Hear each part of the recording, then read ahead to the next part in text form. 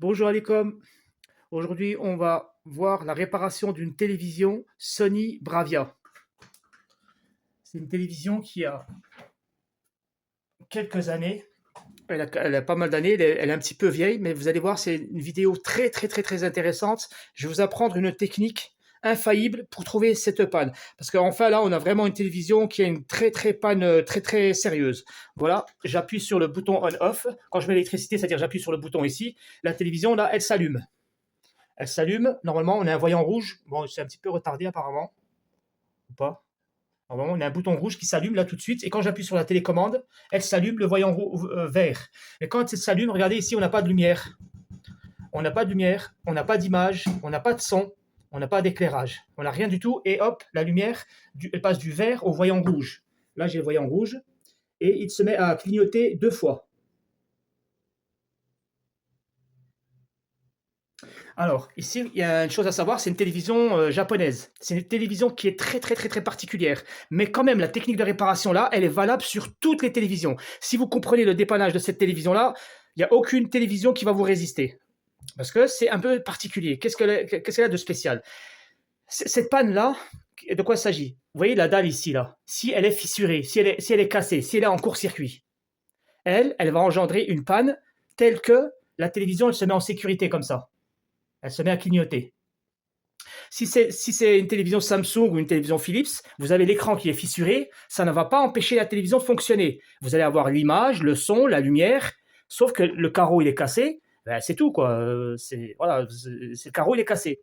Après, ici, dans cette télé, vous avez des lampes CCFL. Il faut imaginer que si vous avez des lampes CCFL comme ça, là, il faut imaginer que s'il y a une ampoule ici qui est cassée, pareil, cette télé-là, elle détecte qu'il y a une ampoule cassée et du coup, elle envoie un signal au microprocesseur, à la carte mère, et ça met la télévision comme ça en sécurité. Ainsi de suite. Si vous avez un problème sur la carte mère, il y a du 1 volt 5 vous avez du 5 volts pour la clé USB, vous avez du 12 volts pour le circuit son, vous avez du 5 volts pour, etc., du 3 volts pour la flash, etc., le microprocesseur 1,5 volts. Et si jamais il manque une seule de ces tensions-là, pareil, la carte elle le détecte, elle met la télévision en sécurité. Vous voyez, donc c'est une télévision qui est très difficile à dépanner, dans le sens où on va faire des relevés de mesures, mais à chaque fois, on va être forcé de réfléchir un petit peu, c'est-à-dire de mettre la télévision hors sécurité, alors que la télévision, elle se met en sécurité systématiquement. Donc, comme je vous le dis, là, on a peut-être une panne avec l'écran qui est mort. Peut-être ça peut être le T-Con aussi. Si vous avez un problème avec le T-Con, pour avoir l'image, pareil, ça met la télévision en sécurité. Donc, la question que je me pose, moi, maintenant, c'est tout de suite, c'est où est la panne? Où est-ce que j'ai la panne? Est-ce que j'ai un problème sur le T-Con? Ou est-ce que j'ai un problème sur la carte mère? Ou est-ce que j'ai un problème sur la carte d'alimentation? Tout d'abord, on va aller voir la carte d'alimentation. Alors voilà, ça donne ça à l'intérieur de la télé. On aura notre carte mère là-bas, notre carte T-Con et notre carte d'alimentation. Donc notre carte d'alimentation, elle est reliée à la carte mère. Et cette carte mère, elle est reliée à la carte T-Con. Et aussi, cette carte d'alimentation, elle est reliée ici à des lampes CCFL. Ici, on a donc une technologie, un boost ici pour prendre des 24 volts et les convertir en 1000 volts pour alimenter des lampes CCFL. Donc, on va tout de suite analyser cette carte-là, cette carte d'alimentation. Alors, cette carte d'alimentation, c'est bien une Sony d'origine. Et qu'est-ce qu'elle a de particulier? C'est qu'elle a ici 3 fonctions. C'est ça qu'il faut retenir. Il faut savoir compter jusqu'à 3. 1, 2, 3 fonctions. La fonction principale, c'est la fonction ici avec ce transformateur-là. Ce transformateur, on l'appelle le transformateur standby. Lui, il est responsable de nous donner la tension 3,3 volts utile pour alimenter le voyant rouge, le voyant en veille. Et aussi, il donne à manger à la flash de cette télévision-là et une partie aussi au microprocesseur pour activer la télévision en temps de besoin. Donc ce 3,3 volts, comment il arrive? Eh bien, il prend les 320 volts qu'on a dans le condensateur général. Il passe, alors ici, quand ils ont fait, il passe dans ce transformateur-là et on sort dans une STR. Ici, on a aujourd'hui une STR. Cette STR, elle prend les 320 volts ici, elle le découpe entre le drain et le source pour revenir au condensateur général. On a fait notre boucle. Cette boucle elle permet d'avoir ici, sur une diode, sur cette diode, 3,2 volts qu'on va retrouver sur ce bornier-là. Ça, c'est la première fonction qu'il faut analyser. Et cette tension, on doit l'avoir dès qu'on met les 230 volts. Dès qu'on met la prise, on aura cette tension qui sort ici. Ça, c'est ce qu'il faut comprendre. Cette tension-là, elle n'a pas besoin d'avoir une action pour qu'elle sorte. On aura tout de suite 3,2 volts.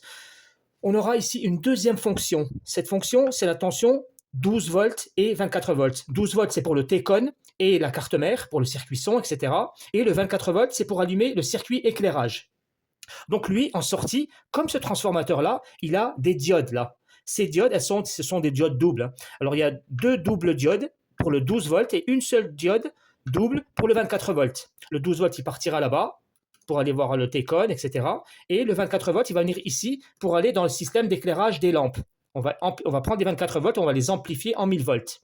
Donc il faut que lui me donne le 12 volts et 24 volts. Voilà ce qu'il faut. Quand on a les trucs jaunes, c'est ça qu'il faut voir dans une carte d'alimentation. Il y en a un là, on l'a vu, c'est le stand-by. Ça, c'est 12 et 24 volts. Alors, comment il fonctionne? Il prend les 320 volts qu'il y a là et il les fait passer dans le transformateur ici au primaire et on passe dans des MOSFET. Là, on a deux MOSFET. On a deux MOSFET et ils reviennent les deux MOSFET sur le source, ici à la masse. Alors, les deux MOSFET, ils ont un découpage. Ils sont découpés. On le découpe comme on découpe ici avec la STR grâce à un oscillateur qui y a derrière. L'oscillateur, lorsqu'il recevra sa tension, il activera le 12 volts et 24 volts à la demande, à la demande de la télécommande. Quand on appuie sur la télécommande, c'est à ce moment-là que le microprocesseur, il renvoie un signal retour ici à la carte, le signal PS on, et ce signal PS on, il va permettre à l'oscillateur de recevoir sa tension VCC. D'ailleurs, le VCC, c'est le transformateur là qui le fournit. Lui, il fournit un VCC pour alimenter l'oscillateur là en permanence et ensuite, à la demande, ce VCC, il alimentera l'oscillateur ici qui donne 12 volts et 24 volts. Il faut savoir qu'en même temps, quand le PS on il va activer cette fonction-là, on va en même temps activer la troisième fonction. Car on a un troisième truc jaune ici. Alors lui, ce n'est pas un transformateur. Pourquoi? Parce qu'il est à l'intérieur de la carte. Il est dans la partie primaire. Donc lui, c'est juste une bobine. Là, on a une bobine au primaire et au secondaire. Là, on a du primaire et secondaire. Alors que là, on a juste une grosse bobine. On s'en sert pour faire un boost converteur. On va partir du pont de diode. Le pont de diode, il va traverser cette bobine. Après cette bobine, on va rentrer dans une diode qui est là. Là, on a une diode ici. Et cette diode, elle rentre enfin dans le condensateur général. Entre la diode et la bobine, on a ici deux MOSFET. Ici, c'est double MOSFET. On travaille avec une double MOSFET en parallèle. Ces deux MOSFET, lorsqu'ils vont être découpés grâce à un oscillateur, encore une fois, il y a un oscillateur qui va activer l'horloge, par un signal d'horloge, la gate de ces MOSFET-là. Et bien ici, les 320 volts du pont de diode, ils vont rentrer dans la bobine et ils vont sortir de la diode pour s'amplifier en 400 volts. Donc, on aura, lorsqu'on a appuyé sur la télécommande, envoyé le PS on, en même temps, demander à avoir ici 400 volts et avoir ici 12 volts et 24 volts. Et comme on avait donc transformé cette chose-là, 320 volts en 400 volts, en fait ici, dorénavant, en entrée, on aura du 400 volts en entrée de ce transformateur-là. Et lui, pareillement, lui, au début, il avait du 320 volts pour fonctionner en permanence, pour nous donner 3,2 volts. Mais quand on aura du 400 volts, ben lui aussi recevra le 400 volts dans son primaire pour rentrer dans le drain source de sa STR. D'accord, on a donc ici trois fonctions. Pourquoi je dis ça? Car maintenant, je mets le jus. Alors, j'allume la télévision. Je le mets en mode tension. Et je vais venir mesurer tout de suite le condensateur général. Le condensateur général, ici, je ne vais pas retourner la carte. Il a, le condensateur général, un négatif, qui est le truc blanc, là. Il y a un positif, qui est noir, là. Ben, juste à côté, là, on voit, à côté du condensateur, qu'il y a ce sont des barrettes en fer, je ne sais plus comment on appelle ça, des chintes. On a deux chintes. Donc il y a un chinte noir, là, il y a un chinte rouge. Le rouge, il est relié au positif. Et le noir, il est relié au négatif. Voilà, comme ça nous permet de ne pas retourner la carte. Donc je relève ma tension entre le positif et le négatif du condensateur général. Et ici, là, j'ai 200 volts. Ah non, la télé, elle est éteinte. Donc j'allume ici, et là, j'ai 320 volts. J'ai 320 volts sur le condensateur général. Alors pour l'instant, c'est normal. En fait, c'est normal. C'est normal d'avoir 320 volts, car là, je suis en stand-by. Comme je suis en stand-by, l'oscillateur du boost inverteur n'est pas encore activé. Donc, je regarde ici, par contre, ma sortie. Lui, le transformateur là, par contre, il n'a pas besoin d'un signal de commande. Le transformateur là, il doit me sortir une tension de stand-by de 3 volts. Donc, je mets la masse à la carcasse, ici, sur la ferraille de la télé, dans un trou, et je viens sur la diode en sortie. J'ai 3,2 volts. Ça veut dire une chose, ça veut dire que le transformateur là, il fonctionne. Donc, son MOSFET là, son oscillateur, sa STR, elle fonctionne. Donc, cette fonction là, c'est terminé. On n'en parle plus, cette fonction. Vous voyez, on supprime toute cette partie-là. Cette partie, elle fonctionne. On va aller voir maintenant ce transformateur-là. Ce transformateur-là, il me sort du 12 volts et 24 volts. Donc, je vais mesurer le 12 volts. Il est ici. Et j'ai 0 volts. Je viens mesurer le 24 volts. Il est ici. Et j'ai, sur le bornier, 0 volts. Alors ça, c'est normal. C'est normal, pourquoi? Parce qu'en fait, ici, il y a un signal qui vient de la carte mère, il s'appelle le PS on. Il est là. Voilà. Là, le PS on, il est égal à 0 volts. Quand il est égal à 0 volts, c'est normal de ne pas avoir de tension 12 volts et 24 volts, car la télévision, elle est en veille. Donc là, je vais activer la télévision. Je vais appuyer sur Power de la télécommande. J'allume la télé. Et je regarde. Et là, j'ai 3,2 volts. On voit que j'ai bien mon PS on qui est là. Donc là, j'ai bien le PS on qui arrive de la carte mère. Et à ce moment-là, je dois avoir 12 volts. Et en fait, j'ai pas 12 volts, j'ai une petite tension. Je remets sur le PS on. Et là, le PS on a disparu. Voilà. Comme tout à l'heure, on avait vu, on avait le voyant rouge, le voyant vert qui s'allumait. Et là, le voyant vert s'est transformé en voyant rouge. Vous voyez, le PS on a disparu. Donc, ce que je vais faire, je vais éteindre la télé. Là, j'ai coupé la télévision et je vais mettre directement sur le 12 volts. J'allume la télé. Normalement, le PS on, voilà, et là, j'ai vu 2 volts. Voilà, ça chute. Vous voyez le 12 volts où il est? Sur le 12 volts, j'ai une tension de 2 volts et elle a chuté vers les 1 volt. Voilà ce qui se passe. Je vais voir la même chose sur le 24 volts. Je me mets sur le 24 volts. J'éteins la télé. C'est intéressant, c'est intéressant. Je me mets sur le 24 volts, donc, et voilà. Et j'allume la télé. 5 volts. Vous avez vu 5 volts, 4 volts, 3, ça chute. On a exactement le même comportement. On a le même comportement entre le 12 volts et le 24 volts. Écoutez, c'est super important ça. Ce transformateur-là, lui, il est assujetti à un champ magnétique. C'est-à-dire qu'on a un découpage au primaire, on a un champ magnétique grâce au découpage, et ce champ magnétique, il engendre des tensions en sortie. Vous voyez, les tensions en sortie, elles ont toutes les deux le même comportement. D'une part, elles ont une tension qui est basse d'entrée, et en plus, elles chutent. Mais toutes les deux, ce n'est pas l'une ou l'autre. Si ça aurait été l'une qui est stable et fixe et l'autre qui fait ça, tout de suite, j'aurais dit que j'ai un problème sur le secondaire, j'ai un condensateur qui est défectueux. Voire peut-être même j'ai un court-circuit sur une des diodes. Ça engendre ce problème-là. Or là, on a les deux tensions, elles ont le même comportement. On comprend qu'elles sont pilotées par une panne, elles sont pilotées par le même problème. Donc le problème, il vient d'où? Il vient du primaire. C'est logique. Le problème, il vient du primaire. Le primaire, qu'est-ce que c'est? Alors, on a dans le transformateur, dans ce gros transformateur-là, une bobine principale qui, elle, va recevoir les 400 volts là. D'accord? Lorsqu'il y aura du 400 volts. Hein. Elle va recevoir les 320 volts. En tout cas, l'alimentation ici, elle reçoit ça, elle passe par les MOSFET et elle revient sur la source. Et donc là, il y a un oscillateur. La question, elle est celle-là. Voilà. Ici, il y a un oscillateur qui pilote les MOSFET. Vous voyez les deux MOSFET qu'il y a là? Ils sont pilotés par la gate, par un signal d'horloge. Le signal d'horloge qui vient de l'oscillateur qui les commande, cette partie-là, 12-24 volts. La question est, est-ce que cet oscillateur, est-ce qu'il a bien sa pile? Est-ce qu'il a sa tension de fonctionnement qui est le VCC? Est-ce qu'il reçoit bien sa tension de 12 volts ou 14 volts ou 15 volts, sa pile? Car s'il a un problème avec sa pile, si sa tension elle est basse, il va allumer la chose, l'oscillateur va fonctionner, puis il va s'éteindre. Parce qu'il n'y a pas assez de puissance. Donc c'est certainement un problème, soit avec l'oscillateur, soit avec son condensateur lui-même qui a une panne. Les amis, là c'est quelque chose de très important, je reviens là-dessus. Si tout à l'heure, dans le transformateur qui donne le 12 volts et 24 volts, si en mesurant, on aurait trouvé une tension ici de 4 volts, comme on a vu, tout à l'heure, on a bien vu qu'on avait 4 volts sur le 24 volts, et une tension là-bas de 3 volts ou 2 volts, mais qui restait fixe.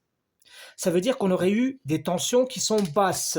Une tension basse, ça veut dire que le transformateur là donne une tension basse sur les deux tensions, pas une seule, hein, les deux. Si les deux tensions sont basses, là, on aurait tout de suite réglé le problème avec le problème de feedback. Ce transformateur, lui, il est en relation avec son oscillateur et le secondaire via un optocoupleur ici. C'est un optocoupleur de feedback. On s'assure de la stabilité des tensions. Si jamais la tension elle est basse, trop basse, c'est un problème de feedback. Si jamais les tensions sont trop hautes, trop élevées, au lieu d'avoir 12 volts, on aurait eu 18 volts par exemple. Au lieu d'avoir 24 volts, on aurait eu 36 volts par exemple. Là, c'est un problème de feedback. Le feedback, il doit être soit il augmente les tensions, soit il les fait trop basses, mais elles restent stables. Ici, on a des tensions basses, d'accord, mais elles sont instables. En fait, elles chutent, elles chutent, elles chutent, comme si il y avait un problème de puissance. C'est pour ça qu'on voit maintenant l'oscillateur qui est responsable du découpage du 12 volts et 24 volts. En passant, j'ai oublié de vous montrer que ici, il y a le transformateur, ici le général. Donc le transformateur général, je vais le mesurer, encore une fois. Je vais le mesurer et je vais... Ah, ça va être compliqué. Ça va être compliqué. Comment je vais faire? Je vais faire comme ça. Et comme tu vois là maintenant, on a 400 volts sur le condensateur général. Tu vois, les 400 volts, ils chutent. Et ça m'inquiète. Je vais vous expliquer quelque chose. Donc, vous avez compris ce qui se passe? Là, tout à l'heure, quand j'ai trouvé 400 volts à peu près, c'est parce qu'il y avait le stand-by. C'est parce que la télévision, quand on démarre la télévision, il y a le stand-by au début. Le stand-by, il arrive, 3,2 volts, et il active. Donc, on a vu le 12 volts et 24 volts, mais avec une tension trop basse. Et on a vu qu'est-ce qui se passe ici aussi. Ici, on a la tension qui passe de 400 volts à, elle va chuter à 300 volts à mon avis. Elle va chuter jusqu'à 320 volts. Voilà. Là, on est bien, 320 volts. Là, elle s'est remise en stand-by. En tout cas, elle est en mode erreur. Ce que je ne trouve pas normal, c'est que là, j'ai l'impression que, comme je vous ai dit, ici, on a une fonction là, et une fonction là, et une fonction là. Cette fonction, elle fonctionne. Celle-là, on a vu qu'elle était en panne. En principe, cette fonction-là, elle devrait fonctionner. Il n'y a pas de raison qu'elle réagisse exactement de la même manière qu'elle. C'est-à-dire qu'elle donne sa tension, et après, elle chute. Alors qu'elle est assujettie à un autre circuit. Enfin, ce circuit-là, il n'est pas responsable de ce circuit-là et vice-versa. Sauf que là, je vais vous montrer qu'est-ce qui se passe. Pourquoi on a ce problème-là? En fait, ici, lui, il a cette bobine-là, elle a sa bobine et sa diode, on a le système boost converteur, et on a donc des MOSFET, si je me perds. Les MOSFET, ils sont commandés par un oscillateur, d'accord? Ici, il y a un oscillateur qui s'occupe de ce circuit-là. Et là, pareil, on a un oscillateur qui s'occupe de ce circuit-là. En principe, c'est comme ça que ça fonctionne. Mais on va le voir, eux, Sony, ce qu'ils ont fait, ils ont pris un oscillateur pour les deux circuits. Voilà, c'est un oscillateur qui est très complexe. Cet oscillateur-là, il pilote les deux MOSFET ici, pour le 12-24 volts, et ce même oscillateur-là, il pilote les deux MOSFET-là pour avoir ici du 320 volts qui vont monter en 400 volts. Les gars, je vous parle comme ça, tous ces détails, c'est super important. Hein. Comme ça, tu ne vas pas chercher où est-ce qu'il y a l'oscillateur, parce qu'il est introuvable. On va voir, il y a un oscillateur pour les deux. Et comme par hasard, les deux sont finalement assujettis à la même chose, qui est en commun quoi? Qui est en commun l'oscillateur. Je répète, l'oscillateur, c'est le moteur dans la voiture. C'est le moteur. Oui, c'est le moteur. J'ai déjà fait une vidéo pour bien l'expliquer. C'est exactement le moteur. Et les transfos, ce sont les, je sais plus comment on appelle ça, le truc qui tourne là, le péri, je sais pas comment là, différentiel, le différentiel. Voilà, les transformateurs, ce sont les différentiels, c'est ceux qui donnent la vitesse. La vitesse, c'est les tensions.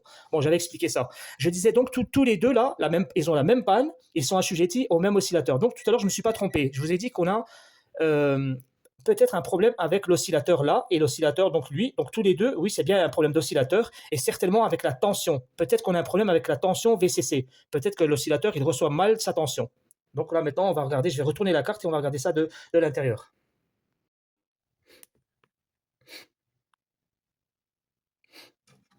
Alors pour tous ceux qui me demandent comment je fais pour travailler sans plan, comment je me repère dans une carte, quelle est la méthode, voilà ce qu'il faut suivre. Il y a ici le condensateur général. On va partir du condensateur général et on va relever nos deux fonctions-là, entières. Ça veut dire quoi? En fait, c'est très très simple. C'est un jeu d'enfant. On va faire une boucle. Une boucle, c'est quoi? C'est qu'on va partir du condensateur général vers une charge et on va revenir sur le négatif. On va donner à manger et venir aux toilettes. On va donner à manger et venir aux toilettes. C'est seulement si on a fait entièrement ça qu'on aura repéré sur la carte notre plan. Donc voilà où il est le plan. Le plan, il est là. Il est en face de toi. Tu n'as pas besoin d'autre chose. Quand tu retournes ton condensateur, si tu n'es pas à l'aise, tu prends ta carte, tu prends ici ton condensateur général et tu dis que là, c'est le point noir. Noir, c'est-à-dire négatif. Et l'autre, c'est le positif. Celui-là, c'est le positif. C'est le rouge. Regarde, ici, là, tu as ton transformateur, le petit. Il est là. Donc, il est là. Il est là, le transformateur. Le transformateur, c'est le truc qui est carré, là. Le transformateur, ici, c'est le primaire. Il a une bobine ici et il a une bobine là. Il a deux bobines. Comment on les distingue? Est-ce que c'est celle-là ou est-ce que c'est celle-là ou est-ce que c'est ceci? Alors, regarde, c'est très simple. On va aller sur le condensateur général. Il faut voir le schéma de Luc, là, ce qu'il nous a fait. Le schéma que je vous remets ici, celui qui nous a fait notre abonné. Tu pars du condensateur plus. Là, c'est le plus, le rouge. Ben, le plus, on a dit qu'on rentre dans le transformateur. Donc, je touche la bobine. Là, ben non, ça sonne pas. Je touche l'autre bobine, là, ça sonne. Donc là, c'est la partie du stand-by, du transformateur stand-by. C'est là où il mange les 400 volts. Là, c'est le plus. Il rentre directement dans le transformateur. On rentre dans le transformateur et on sort du transformateur pour venir ici sur le drain. Le drain de l'oscillateur, enfin du MOSFET STR. Là, c'est la STR. Lui, il a le drain qui est là et il sort avec le source. Pardon, là, c'est le drain plutôt et là, c'est le source ou l'inverse. Voilà, le source. Donc là, c'est là où il y a une patte, c'est le drain, pardon. Et là où il y a les deux pattes, c'est le source. Et le source, où il va? Et il va au négatif. Voilà notre boucle. D'accord? On est parti du plus. On est rentré dans le transformateur. Du transformateur, on rentre dans le MOSFET, dans le drain. Et du drain, on retourne dans le négatif. Ça, c'est terminé, ça fonctionne. On a vu que lui, il nous donnait 3 volts. On va faire exactement la même chose ici. On va partir du plus ici, on va rentrer dans le transformateur là. Alors, le transformateur, ici, il a une bobine ici au primaire et une bobine ici au secondaire. D'ailleurs, au secondaire, on a deux bobines. C'est-à-dire une bobine qui donne ici du 24 volts et celle-là, elle donne du 12 volts, la plus petite. On revient ici, sur le primaire. Donc, le primaire là, on a dit, soi-disant, cette bobine-là, elle doit reprendre les 400 volts qu'il y a dans le condensateur général. Alors, la bobine, elle est là, hein, elle n'est pas cramée. Elle sonne. Cette bobine, elle doit toucher le 400 volts. Alors là, elle ne sonne pas au 400 volts. Elle ne sonne pas au 400 volts. Alors peut-être sur les MOSFET. Positif, c'est là. D'accord. Ouais, d'accord. Et après, on sort du MOSFET ici. Et de là, on va sur le centre. Voilà, c'est ça. Oui, ici, j'ai oublié, c'est un push-pull. Donc là, c'est différent. Donc là, c'est un push-pull. Mais c'est pareil, on a la boucle comme ça. Donc on part du plus. Du plus, on va sur le MOSFET. Le MOSFET, lui, il communique avec le deuxième MOSFET et le deuxième MOSFET revient à la source, en bas, au négatif. Là, on a notre boucle vis-à-vis des deux MOSFET là. Et les deux MOSFET, dans leur centre, au milieu, ils attaquent le transfo. Et le transfo, il sort sur une diode, un condensateur. Voilà, c'est ça. Un condensateur comme ça. Donc là, on a fini notre boucle. Et ici, maintenant, on a une troisième fonction. Cette fonction-là, comment elle fonctionne? Celle-là, c'est différent. Là, on va partir du condensateur, du pont de diode. Là, il y a un pont de diode. Lui, il reçoit 320 volts. Les 320 volts, ils doivent arriver sur le condensateur général. Mais on va le voir ici, on a le négatif qui vient sur le condensateur général, mais le positif, il ne sonne pas sur le positif. Pourquoi? C'est parce qu'on va passer sur une diode. Voilà le cheminement, comment c'est? Alors ici, le pont de diode, là, c'est les 4 pins du pont de diode. Les 4 pins ici, là. Et là, les 4 pins, j'ai le positif, là. J'ai le positif qui rentre dans cette bobine. Ça, c'est la bobine. Cette bobine-là. Ben, cette bobine-là, elle va sortir sur une diode. Cette diode qui est là en bas, en haut. Tu vois, là, je prends le pont de diode, il est là. Je repars du plus du pont de diode. Je rentre dans la bobine, je sors de la bobine et je vais aller chercher une diode. Ici. Voilà, c'est cette diode ici. Je rentre dans une diode et quand je sors de la diode, ça ne sonne pas. C'est normal, c'est parce que c'est une diode. Donc elle est en bonne santé. Je sors de la diode et c'est seulement là que je vais rejoindre le condensateur général au positif. Là, j'ai fait ma boucle. J'ai fait la boucle du boost inverteur. Vous voyez, c'est ça le schéma. Il n'y a pas besoin d'acheter un schéma ou d'aller chercher sur Internet ou quoi. Tu pars de ton pont de diode, le plus, il va sur la bobine, et la bobine, elle sort sur une diode, et la diode, elle revient sur le condensateur général. Et l'autre morceau, là, le négatif du condensateur général, il revient, bien évidemment, sur le pont de diode, sur le négatif. Sur le pont de diode, ici, c'est le négatif, et là, c'est le positif. Donc là, j'aurai toujours 320 volts, et lorsque, ici, entre la diode et la bobine, il y a des MOSFET. Là, entre cette bobine et cette diode, il y a ces deux MOSFET. Le MOSFET pour faire le découpage entre la bobine et la diode du boost converteur. Je vous remets le schéma du boost converteur. Ça, c'est les deux MOSFET. Alors là, il y en a deux de MOSFET. Les deux MOSFET, là, c'est pas tout à l'heure comme un push-pull. Ici, on a deux MOSFET en parallèle. Ici, on a le drain avec le drain et le source avec le source. Ben, ces MOSFET-là, ils sont en bonne santé. D'ailleurs, tu vois, drain avec le drain et source avec le source. Qu'est-ce que j'ai pas montré? Ben oui, le source, il retourne au négatif. Ça, j'ai montré. Donc, voilà la boucle du boost converteur. Maintenant, ce que je voudrais vous montrer, sur tous ces MOSFET que je vais vous montrer, voilà, c'est ça, les MOSFET. Les MOSFET là, qui s'occupent du découpage de ce transformateur, et les deux MOSFET là qui s'occupent pour faire le découpage pour avoir ici du 400 volts, tous les 4 MOSFET, ils sont là. Ils sont là, 1, 2, 3, 4. Et regardez ici, ils ont un drain.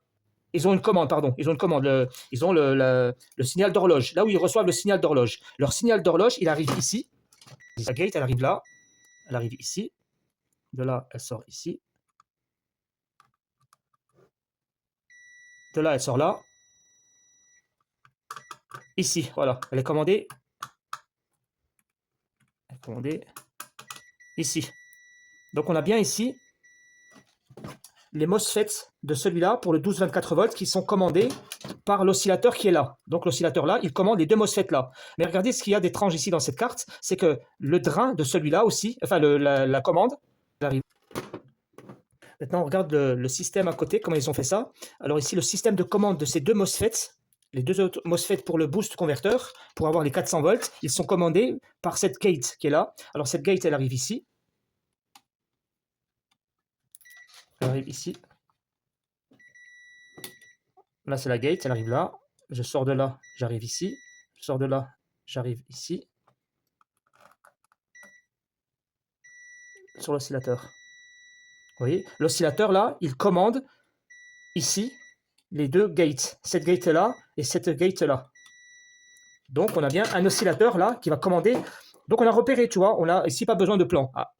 On sait maintenant que ce circuit-là, le moteur, c'est le moteur de la carte, pas le cerveau, hein, c'est le moteur qui est chargé de donner les signaux d'horloge ici. Alors peut-être que les signaux là d'horloge sortent à un moment et puis ils s'éteignent. Ça peut être possible, c'est peut-être dû à une résistance de démarrage qui peut être présente ou pas, ou peut-être le problème avec le VCC. Alors d'où vient le VCC? Le VCC, c'est le petit transformateur là qui fournit. Ce transformateur là, tout à l'heure on a dit qu'il fournissait 3 volts, 5, grâce au transformateur au secondaire, mais au primaire aussi, il a une deuxième bobine secondaire. Cette bobine, elle est reliée à une diode. Et cette diode, elle va nous sortir une tension, et cette tension, elle va alimenter le circuit déjà là, d'une part, mais aussi elle va alimenter l'autre circuit là-bas. Elle va alimenter les deux circuits. Celui-là, elle va l'alimenter en permanence et en direct, alors que l'autre là, il va être commandé grâce à un optocoupleur. Quand on aura un signal de commande, le PS on, il recevra sa pile. Alors d'où vient la pile? Elle vient de ce transformateur là, le petit stand-by. Voilà le stand-by. On a vu tout à l'heure la bobine principale, et maintenant on regarde la bobine secondaire. La bobine secondaire, elle est reliée au négatif du condensateur général, ici. Il arrive directement sur cette bobine là, voilà. Cette bobine, on sort, on voit qu'ici, on a une diode. Même pas. En fait, on voit qu'on a deux diodes. Cette diode et cette diode. Elles sortent de cette bobine. Là, on a cette bobine qui sort ici à cette diode et cette diode. Est-ce que ces deux diodes fonctionnent? Il y en a une qui fonctionne, c'est celle-là déjà. Pourquoi? Parce que celle-là, on le voit, elle est reliée directement à ce circuit-là. Tu te rappelles, tout à l'heure, on a vu le drain, le source, et là, on a une pile. Lui, le circuit, pour avoir ici, lui, là, ce circuit-là, pour avoir du 3,5 volts, lui aussi, il a son VCC. Enfin, il est nourri par son propre VCC qui fournit le transformateur. Donc, la diode, la première diode, là, elle va être reliée directement ici, pour donner ici du 12 volts ou 14 volts, comme pile, quoi. Ce sera sa pile. Et la deuxième diode, celle-là, elle arrive sur ce condensateur-là, sur cette baignoire. Et cette baignoire, elle est reliée à lui. La baignoire, elle est derrière. C'est celle-là. C'est le condensateur là. C'est lui qui prend le VCC. C'est la pile qui va permettre de donner à manger à lui. La différence entre cette diode et cette diode, c'est que cette diode, elle est commandée en fait par cet optocoupleur. L'optocoupleur là, il envoie un signal avec une résistance. Il est relié avec lui par les deux pins. Et ce qui fait que cette tension, elle va sortir seulement quand on aura le PS-on qui va activer cet optocoupleur. Donc il est important de voir que ici, j'ai bien ma tension qui arrive sur le condensateur, finalement, ici, on a trouvé le condensateur VCC, il arrive là, et c'est là que je vais avoir ma tension. Alors, je vous montre ça avec le bip. Alors, ici, on a le condensateur général. On le voit. Ici, on a le négatif. Le négatif, tu vois, il touche le transformateur là, le gros, ici, et pas le gros, pas le principal. Le principal, il est touché par le positif du condensateur général. Là, sur le négatif du condensateur général, ici, le négatif, il touche cette bobine. Cette bobine, elle sort sur une diode là et une diode là. On a deux diodes. Et ces diodes-là, il y en a une et deux. Tu vois, elles ne se touchent pas. Donc, on a deux VCC. On a ce VCC-là qui vient en bas. Il vient sonner sur le circuit. Là, la STR, elle a besoin de cette tension. Il faut voir, ici, c'est une tension pas besoin, parce que lui, il nous sort bien du 3,2 volts. Il fait bien son travail. Par contre, cette deuxième diode, elle vient ici, sur ce condensateur. Et c'est pour alimenter ce circuit-là. Ici. Voilà, là, on a trouvé le VCC. Tu vois qu'on n'a pas besoin d'aller chercher le plan. Où est-ce que lui, il se nourrit? Eh bien, il se nourrit sur cette patte. Est-ce que je vais venir mesurer la tension ici? Certainement pas. Je ne vais jamais mesurer, moi, un oscillateur comme ça, jamais de la vie. On a toujours une baignoire qui est à côté. La baignoire, c'est ici, le condensateur, là, qui est derrière. Là, on a le plus et là, on a le négatif. Donc, je disais quoi? Je disais, voilà, on a retrouvé la pile de cet oscillateur-là. C'est comme ça qu'on a trouvé la pile, sans voir le schéma. Voilà, c'était pour parler du schéma. Donc maintenant, je vais mettre le jus, mais ça va être difficile avec les câbles. Là, je ne sais pas comment, parce que là, la carte est à l'envers. Et je vais mesurer tout ce que je vous ai dit, toutes les tensions là. Je vérifie maintenant la tension VCC. Donc la tension VCC, c'est le petit transformateur qui sort ici les deux diodes dont on a parlé tout à l'heure. Elles sont là, elles sont tout petites. Ces diodes-là, c'est elles qui vont me sortir les tensions VCC. Les deux diodes bleues, elles sont bizarres, hein, elles sont un peu bizarres.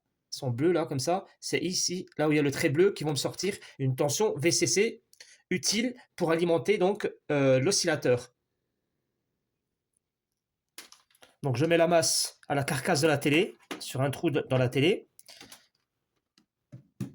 Et je prends la diode en bas. Donc d'abord j'allume la télé. Je prends la diode du bas. Non, j'ai mis la masse ici, au secondaire. Non, la masse, il faut la mettre au primaire. Parce que là, je suis au primaire. Donc je mets là où j'ai le condensateur général, le négatif. Je touche là. Et l'autre, le positif, je touche la diode. J'ai fait une erreur tout à l'heure. Alors là, j'ai 15 volts. J'ai 15 volts, c'est pour le VCC, ici, pour nourrir la STR qui nous fournit le... donc ici, on a bien du 15 volts qui va nous alimenter la STR ici, qui fournit, donc qui travaille pour nous donner le stand-by, la tension 3,2 volts ici. C'est normal, c'est pour ça qu'on a ici du 15 volts sur la première diode, celle du bas. Reste à savoir, est-ce que j'ai 15 volts qui va nourrir le gros oscillateur derrière? Eh oui, voilà. On a bien 15 volts. J'ai 15 volts qui donnent à manger à l'oscillateur qu'on a vu tout à l'heure. Et cet oscillateur-là, il a bien son 15 volts. Donc ça, c'est une catastrophe. Ici, qu'est-ce qui se passe dans cette télé? On a un oscillateur qui reçoit bien sa tension d'alimentation, mais en sortie, il n'envoie pas les tensions d'horloge comme il le faudrait. Il sort les tensions d'horloge, mais pendant quelques millisecondes, après, il arrête de fonctionner. Ça, ce n'est pas un problème des condensateurs. Les condensateurs qui reçoivent les VCC, c'est celui-là, celui-là et celui-là. Ils sont bons. Hein, ils ont une tension qui est stable et une tension qui est fixe. Et ils alimentent l'oscillateur qui est chargé de faire le découpage ici pour avoir le 12 volts 24 volts et le découpage ici pour avoir une tension qui monte de 320 volts à 400 volts. Voilà donc l'origine du problème. L'origine du problème, c'est bien l'oscillateur. Alors je vais retourner la carte et je vais fouiller sur l'oscillateur si jamais il y a un court-circuit. Alors les amis, je sais que c'est une version longue, mais là, franchement, écoutez bien parce que là, c'est une pépite ce que je vais vous donner. Vous savez, ça, c'est un condensateur. Pour tout le monde, un condensateur, en général, quand ça fonctionne bien, ben on va le prendre comme ça, puis il nous donne lecture, pas lecture. Et on a tendance à dire c'est comme ça, pas lecture. Voilà. Et on a tendance à dire que c'est comme ça que le condensateur se comporte bien.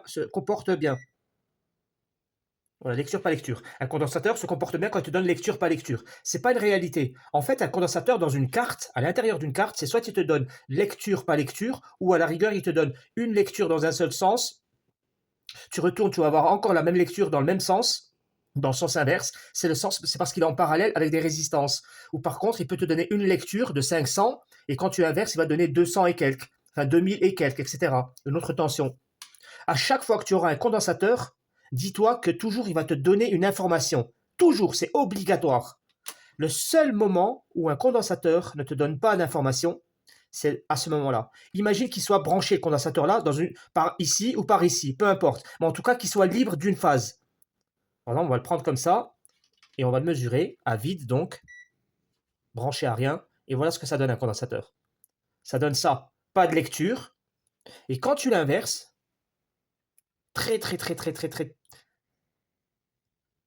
pas de lecture. Imagine, tu comprends ça, non? Un condensateur, il donne toujours pas de lecture, pas de lecture. Toujours, toujours, toujours. Hein. Quand il a une patte qui est en l'air. quand il a une patte qui est déconnectée. Maintenant, quand je te dis que le condensateur, il est dans la machine, il est toujours dans un sens ou dans un autre, il va toujours donner au moins une lecture. Toujours. Hein. Alors maintenant, on s'intéresse à notre oscillateur. Notre oscillateur, en fait, ici, il a bien sa tension de 15 volts, lui. Il reçoit bien 15 volts. Et comme il reçoit 15 volts, lui, il travaille un court instant. Pourquoi je sais qu'il travaille un court instant? Car ici, on a vu qu'il voulait donner la tension de 12 volts et 24 volts. On a vu qu'il donnait une petite tension. Ben oui, en sortie, on a vu tout à l'heure qu'on avait 1 volt et 4 volts sur le 24 volts. Donc, lui, il donne bien les signaux d'horloge pour les MOSFET, pour faire travailler les MOSFET qui sont là, derrière. D'accord? Il commande bien l'oscillateur, il envoie bien le signal d'horloge. Et en plus, il envoie aussi le signal d'horloge pour les autres MOSFET, parce qu'il s'occupe des 4 MOSFET, en fait. Donc, il fonctionne, mais tout d'un coup, il s'arrête. Alors, pourquoi? Comment que ça se fait? Regarde bien ici, on a quelque chose qui est comme noir ici, là. Comme une petite explosion. Alors, même sans l'explosion, j'aurais pu le voir, le constater. Je ne sais pas si c'est une explosion, en tout cas, c'est noir, c'est sale ici. Voilà, c'est sale. Et juste à côté, on a un condensateur, là. On a un condensateur là, là, là, on en a ici, ici, ici, ici, ici. Je vais mesurer tous les condensateurs et vous allez voir la réaction du multimètre. Et je vais venir ici sur ce condensateur-là et vous allez remarquer quelque chose. Donc je me mets sur tous les condensateurs au hasard. Je me mets ici. Par exemple, celui-là, il me donne lecture. Quand j'inverse, il me donne pas lecture. Bon, il fait ce qu'il veut. En dessous, j'ai un condensateur. Il me donne pas de lecture. Et quand j'inverse, il me donne une lecture. Je viens en bas. Là, j'ai quoi? J'ai une truc de 5. Et quand j'inverse, 0,6. Voilà, j'ai 2 lectures différentes. Au moins une lecture, il donne. Voilà, celui-là, il donne 0,6. Et ça me donne 1,8. Ça me dit qu'en fait, toutes les informations qui rentrent dans le circuit sont bonnes pour l'instant. Là, j'ai un condensateur comme ça. J'inverse. Il me donne une autre comme ça. Je vais venir ici m'intéresser là où j'ai un peu de noirceur. Et là, j'ai un condensateur. Regarde le condensateur, qu'est-ce qu'il me donne? Il me donne 0. Et quand j'inverse, encore 0. Il me donne 2 fois 0. Donc voilà, ce condensateur-là, il me donne ici 0 et 0. Enfin, il ne donne pas de lecture et pas de lecture. Là, en fait, c'est comme si que ce condensateur, c'est comme si que il était déconnecté. Comment dire? Comme il est où le condensateur là? Donc c'est comme si qu'on avait un condensateur qui était branché comme ça en l'air. C'est comme si qu'on avait une patte qui est connectée ici. On a certainement une patte qui est connectée à quelque chose et une autre patte qui est connectée à quelque chose. Mais ce quelque chose-là, il est ouvert. Il est à l'air. Il est ouvert. Alors on va analyser ça. En fait, d'un côté, il y a le négatif. Comme tous les condensateurs, on va voir que le négatif là, il va sonner avec le négatif du condensateur général. De ce tout petit condensateur. Normalement. On prend le mode sonnette toujours, on touche le condensateur dans un côté et il touche le condensateur général. Et là, c'est le côté négatif. Donc lui, il est branché d'un côté. Et de l'autre côté, normalement, il doit être branché à quelque chose. Donc je touche le plus du condensateur et je touche l'oscillateur et il touche la première patte. D'accord? Donc lui, le condensateur, si tu veux, le condensateur, il est relié à la masse. C'est une super technique, les gars, écoute bien. Là, il est relié à la masse et ici, il est relié à l'oscillateur. La patte du plus, là, elle rentre dans l'oscillateur. Lui, par contre, quand je le mesure, il me donne pas de lecture et pas de lecture. À quel moment un condensateur te donne pas de lecture et pas de lecture? Eh bien, au moment où lui, il est connecté à rien. Ça veut dire quoi qu'il est connecté à rien? Ça veut dire que cette patte, là, aujourd'hui, cette patte qui est là, donc, qui sort du condensateur, dans l'oscillateur, à l'intérieur, elle ne sert à rien. Elle sert à rien du tout. Elle sert à rien du tout, c'est-à-dire que dans le schéma, il faudrait voir son schéma technique, je ne sais pas comment il est fait, mais à l'intérieur, il faut imaginer qu'il y a des MOSFET, etc. Et lui, son entrée directe, il rentre dans un truc qui est cassé. Donc là, on vient de le voir que l'oscillateur, je viens de le prouver, qu'il est bien explosé de l'intérieur. Car la preuve, regardez, quand je touche justement le condensateur, quand je le touche comme ça, tu vois, il touche le pin, le premier pin. Quand je vais à côté, là, tu vois, on n'a aucune relation. Tu vois, il n'y a aucun chiffre. Il n'y a pas de relation. Comme si que lui, il servait à rien finalement. Alors qu'il rentre ici, sur le premier pin. Tiens, je vais ici sur un pin au hasard, sur le pin au hasard ici. Et tu vas voir qu'ici, je vais avoir une lecture. Tu vois, là, par exemple, j'ai 0, 2, 7 ou quoi. Et là, ça va donner une autre chose, tu vois. Par exemple, je prends un autre pin, je prends le deuxième pin. Ici, ça va faire, là c'est la masse. Non, non, c'est pas la masse. Si, voilà, là, c'est le GND, donc c'est un mauvais exemple. Donc, je prends aussi le quatrième. Tu as vu, ici, il me donne une lecture, il me donne un truc ici. Ils sont en relation, en fait, les pins. Tu vois, sans connaître l'oscillateur, sans avoir le datasheet, tu peux, avec la technique de dire que un, comment ça s'appelle, un condensateur, c'est toujours dans un sens ou dans un autre, il doit te donner une lecture. Là, je l'ai pris le condensateur, il m'a donné ni lecture ni à droite ni à gauche.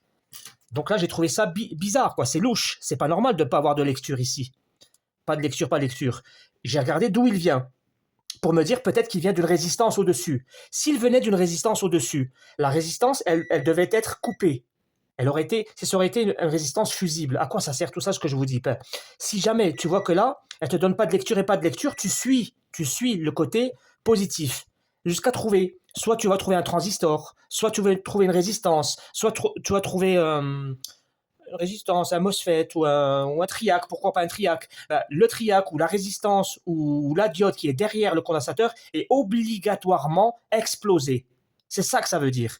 Ça veut dire qu'il est relié à rien.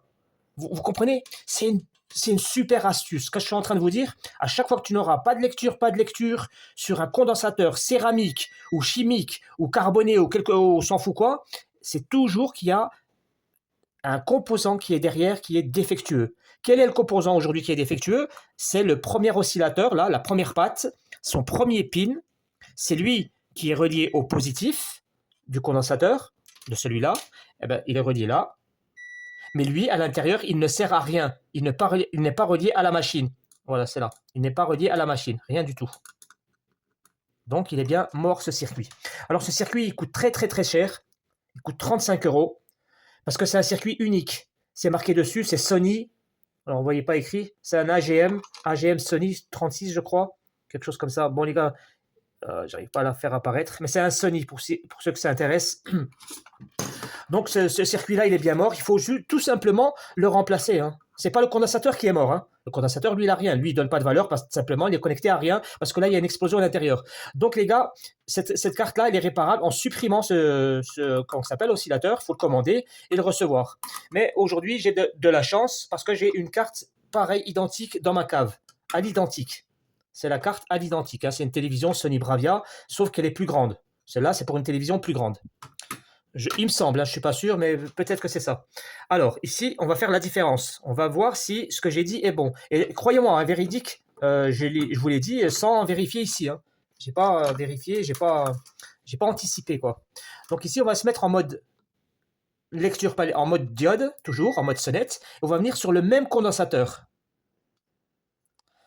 Et là, on a bien, dans ce condensateur, d'un côté, il me donne 600, le même, hein, 600. Et de l'autre côté, il me donne une autre valeur qui est de 100, voilà, 1, 7, machin. Donc là, on a bien ce condensateur-là qui est en relation avec la première patte. Et on va toucher les autres pattes, tiens, pour voir. Voilà, ici j'ai 0,7. Là, j'ai 1,4. Là, j'ai 2, machin. Donc c'est comme si ce condensateur, il était réellement connecté. Bien sûr, il est connecté, ça on l'a vu, mais il est en connexion avec les autres circuits qu'il y a à l'intérieur. À l'intérieur, il y a des milliers de MOSFET, hein, il faut imaginer.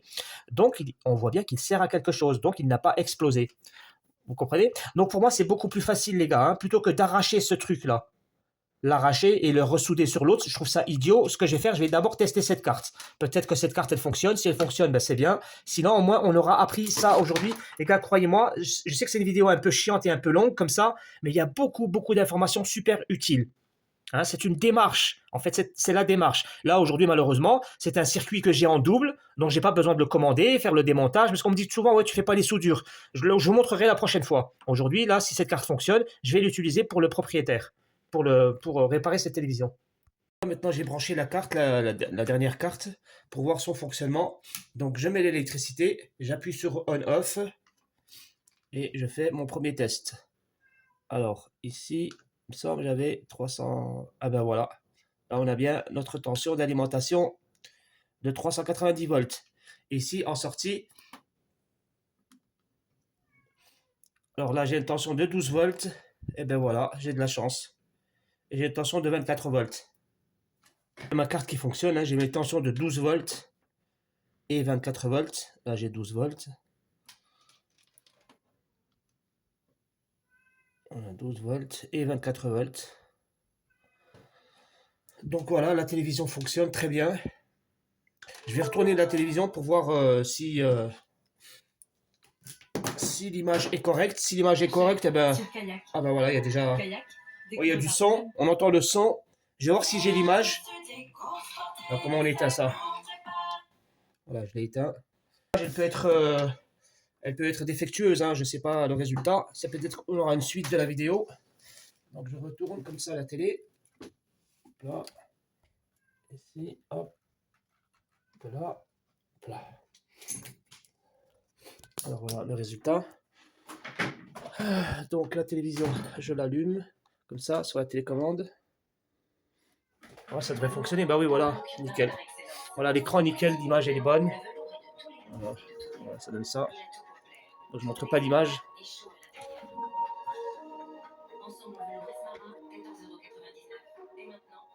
Voilà, là le son, les images qui changent. Bon bah les gars, c'est correct, hein. Ça aurait été une leçon, sur le fonctionnement de la carte d'alimentation. Là, on voit qu'il y a un petit peu trop de lumière, mais c'est parce que je suis trop devant, hein, l'image est nickel. Donc là, c'est une réparation nickel. Pourquoi c'est clair fort comme ça? À cause de la lumière. Voilà. Bon, le son nickel. Alors les amis, là, je vais m'arrêter ici. C'était tout pour aujourd'hui. L'idéal, c'était de comprendre le système de l'oscillateur. Vous avez vu que l'oscillateur, on pouvait trouver sa panne avec un condensateur, avec l'idée du condensateur qui était non câblé. Et le fait qu'il soit pas branché, donc avec le raisonnement, quoi, le dernier raisonnement. Et voilà, ben, pour la suite, ben, les gars, je vais essayer de vous trouver d'autres pannes. Ben, pour l'instant, voilà. Si la carte là, je vais quand même la réparer. Ce que je vais faire, je vais donc acheter. Alors ici, là, je vais acheter le composant là, le Samsung. Et je vais l'acheter et je vais le réinstaller. Et on verra si en changeant l'oscillateur, on a des tensions qui sortent ici de 12 volts et 24 volts pour voir le fonctionnement de cette carte. Voilà les amis, à bientôt. Si vous avez des questions concernant l'électronique, eh ben, je réponds toujours. Et n'oubliez pas, tous ceux qui veulent me contacter, ben, vous avez mon adresse mondiale relais en bas en description sur ma chaîne YouTube. Et à bientôt.